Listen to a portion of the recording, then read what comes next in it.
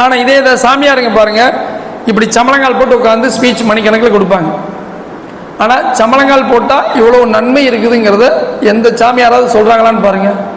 அப்போது நீங்கள் சமணங்கால் போட்டு உட்காரதில் எவ்வளோ ஆரோக்கியம் இருக்குது, அது எவ்வளோ நன்மை இருக்குதுன்னு பார்த்துங்க. அதே மாதிரிங்க நம்ம சாப்பிடும் பொழுதுங்க கூடுமான வரை சமணங்கால் போட்டு உட்கார்ந்து சாப்பிடுங்க மேடம். சாப்பிடவே செரிமானம் ஆகும். எங்க ரத்த ஓட்டம் வயிற்று பகுதிக்கு கிடைக்குது. காலை தொங்க போட்டால் ரத்த ஓட்டம் பூரா காலுக்கு போகுது. அப்போ சாப்பிட்ட சாப்பாடு ஒழுங்காக செரிமானம் ஆகாது. அப்போ சாப்பிட்ற சாப்பாடு ஒழுங்காக செரிமானம் ஆகணும் அப்படின்னா நீங்கள் சமணங்கால் போட்டு உட்கார்ந்தா தான் சாப்பிட செரிமானம் ஆகும். ரெண்டாவது, சாப்பிட்றதுக்கு முன்னால் எப்பயுமே கை கால் முகம் கழுவிட்டு சாப்பிடுங்க. நம்ம பெரியவங்க முன்னால் அந்த காலத்தில் நம்ம குழந்தைகளாக இருக்கும்போது கை கால் மூஞ்சி கழுவிட்டு சாப்பிடுவான் அவனு கூப்பிடுவாங்க.